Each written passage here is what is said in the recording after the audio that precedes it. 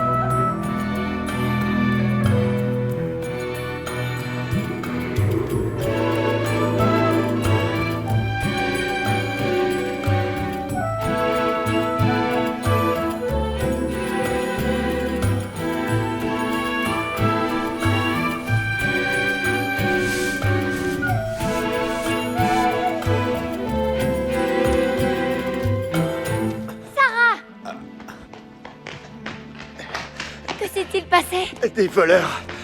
Ils ont pris les moutons. Ils l'ont battu assez violemment. Ayoub! Ayoub!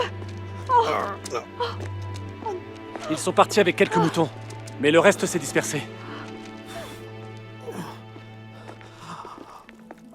Viens, rentre-le à l'intérieur. Doucement.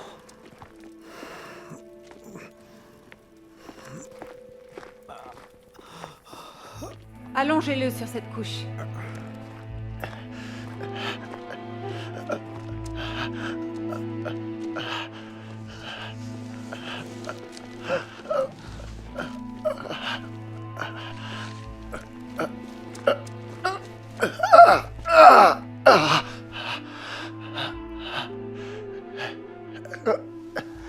J'ai presque réussi à les repousser. Ne reste pas là, va chercher plus d'eau, puis allez! Sarah. Où était Daoud? Il était ailleurs. Quoi? Tu aides Daoud avec ses moutons? Tu quittes ton lit chaud pour dormir par terre pour lui et il te laisse tout seul? Sarah. Merci, Yacoub. Je n'ai rien fait de plus que ce qu'Ayoub aurait fait pour moi. Je vais essayer de rassembler les moutons.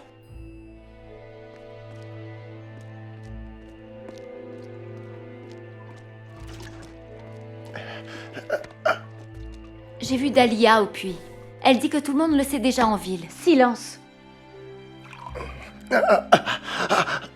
Son bras est mal en point. Dalia dit qu'on raconte que c'est arrivé parce que nous suivons le Messie.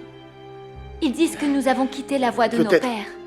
Peut-être j'ai été attaqué à cause de notre foi. Chut. S'il te plaît, Ayoub. C'est possible, tu crois? D'avoir toute la ville contre nous? Jésus a été rejeté par son propre peuple. Il savait qu'il le tuerait, mais il choisit d'obéir à Dieu. Repose-toi, chérie. Il a dit que nous serions amenés à être traités comme lui l'a été. Je comprends. Repose-toi. Parce que nous le suivons. Tais-toi, Ayoub. S'il te plaît. D'une façon ou d'une autre. Nous ne savons jamais quand. Nous devons choisir. Comme dans l'histoire du jeune homme riche. Calme-toi. Je vois ce que tu veux dire. Nous devons choisir de suivre Jésus quoi qu'il arrive. Ce jeune homme voulut savoir de Jésus comment hériter de la vie éternelle. Il avait suivi tous les commandements de Dieu, depuis son plus jeune âge. Jésus lui répondit, « Il te reste encore une chose à faire. Vends tout ce que tu as, donne l'argent aux pauvres et tu auras un trésor dans le ciel. Puis viens, suis-moi. » Cet homme devait faire un choix. Il préféra quitter Jésus plutôt qu'abandonner ses richesses. Peut-il nous demander d'abandonner réputation et sécurité? Il le peut. Mais il ne nous force jamais à le suivre. Je t'en prie, Ayoub. Souviens-toi, Jésus Jésus a dit que si on ne... Il nous a avertis que si nous ne l'écoutons pas ou n'obéissons pas que nous sommes comme une maison sur du sable. Quand les flots arrivent, elle est balayée. Mais une maison bâtie sur le roc. Mais la maison bâtie sur le roc, la vie bâtie sur lui, que les vents se déchaînent ou que la pluie frappe, la maison résistera toujours. Ah, je t'en prie. Reste tranquille. Ayoub, qu'est-il arrivé? Tu l'as laissé seul et ils l'ont battu. Comment ça? Il est vivant, mais pas grâce à toi. Si Yacoub n'avait pas été là pour le ramener... Ça n'aurait rien changé si tu avais été là, frère. Ils étaient trop nombreux. Désolé, Ayoub. J'aurais dû rester. Où étais-tu? Je devais voir un ami. Avant l'aube? Je suis venue vous dire... J'ai entendu ce qui se dit sur vous, mais ça m'est égal. Merci. Merci. Vous êtes mes voisins, mes amis, et je reste avec vous. Je vais suivre Jésus, quoi que puissent en dire les gens de cette ville. Même si les anciens de ta famille s'y opposent. Je respecterai toujours mes aînés, mais je dois répondre à Dieu pour ma propre vie. Comme nous tous, je suppose, Mariam. Je viens d'entendre pour Ayoub. Tante Rivka, c'est Merci gentil de d'être venir me venue. voir. Comment vas-tu, Ayoub? Rien de cassé? Ça va. Non, je crois que son bras est cassé. Eh bien, en agissant vite, nous pouvons le replacer avant qu'il n'enfle. Mariam, peux-tu apporter du linge propre, s'il te plaît? Mon Yusha savait le faire, je peux peut-être aider. Il nous faut quelqu'un de plus fort. Daoud?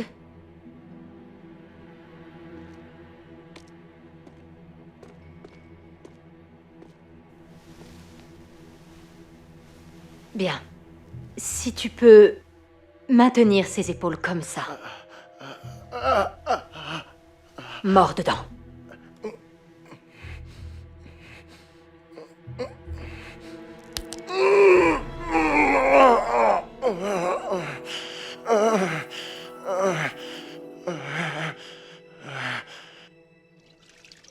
Merci, Mariam. C'est un jeune homme bien, cet Ayoub. Oui. Oui, c'est vrai. J'espère que son bras ira mieux. Tu as eu raison d'agir ainsi. J'ai fait ce que j'ai pu. La fracture n'était pas si grave. Aimerais-tu te reposer avant de rentrer? Volontiers. Ça me fera du bien.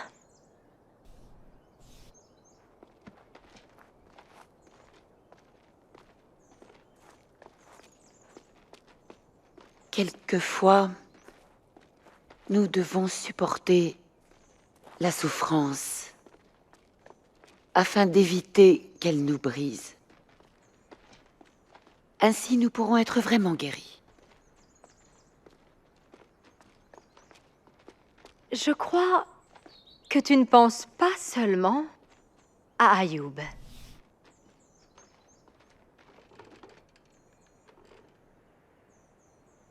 J'ai réfléchi à ce Jésus de Nazareth et aux histoires que tu m'as racontées à son sujet. Oui? Ces paroles sont profondes. Je me surprends à y penser au fil de la journée et mon cœur tressaille.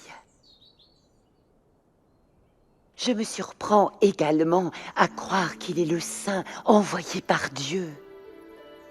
Oh, Noura, c'est merveilleux. Es-tu prête à le suivre? À remettre ta vie entre ses mains? Ma vie ne vaut plus grand-chose. Elle est presque finie. Mais le peu qu'il en reste, s'il veut bien l'avoir, je le lui donne avec joie.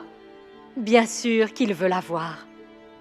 Jésus raconta l'histoire d'un homme qui possédait des vignes.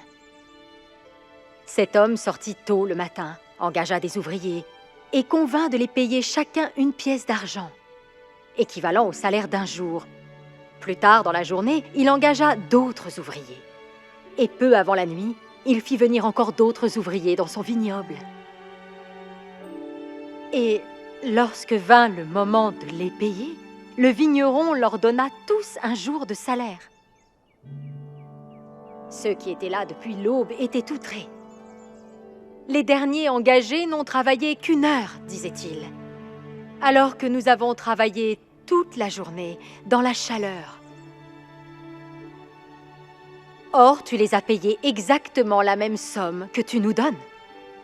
Le vigneron leur dit, « Je ne vous fais aucun tort.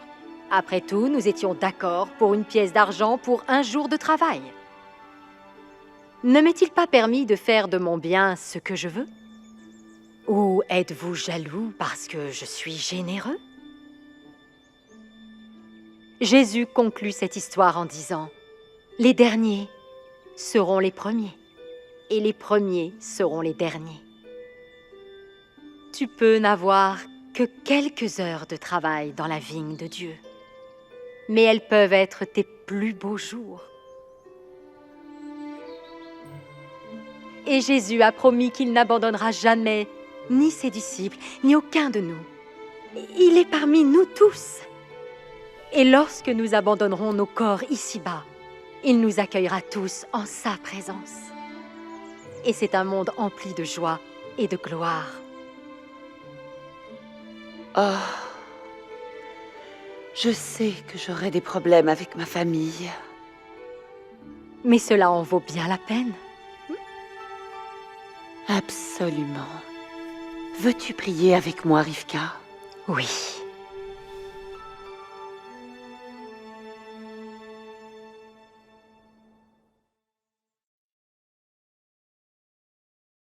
Comment réagissez-vous face à des personnes qui sont en désaccord avec vous ou qui vous désapprouvent?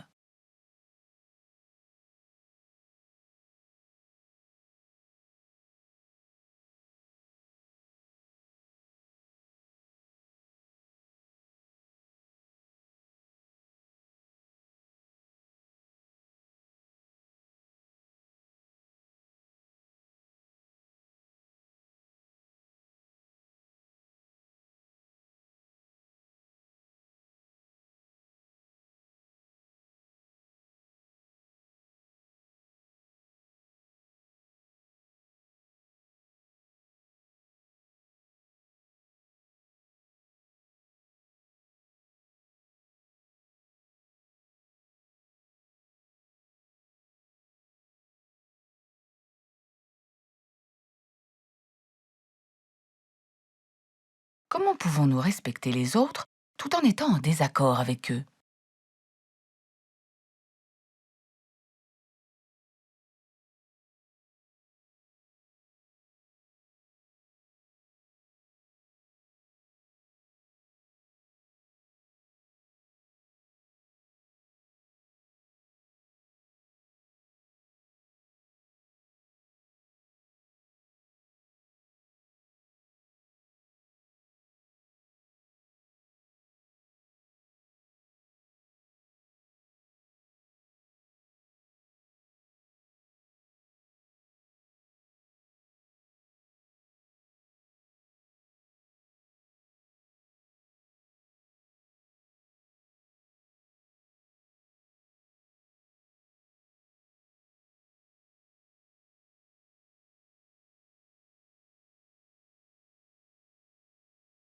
Qu'est-ce que Mariam a retenu de l'histoire de ce jeune et riche dirigeant?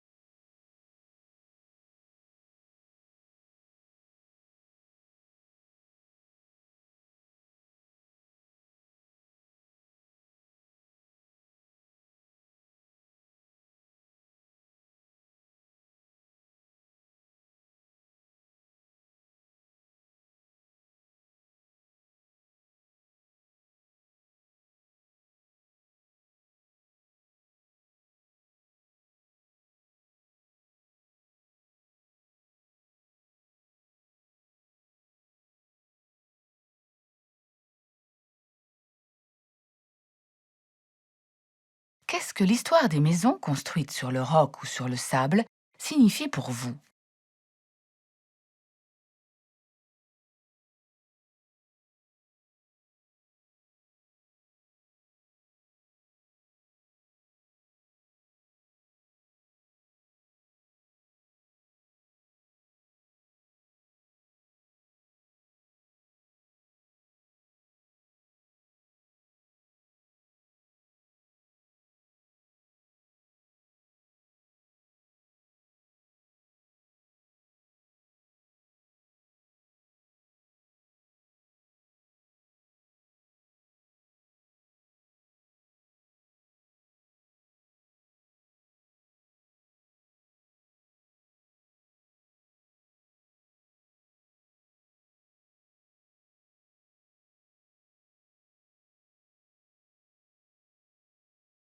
Si vous étiez dans l'histoire de l'homme possédant une vigne, quel ouvrier seriez-vous et pourquoi?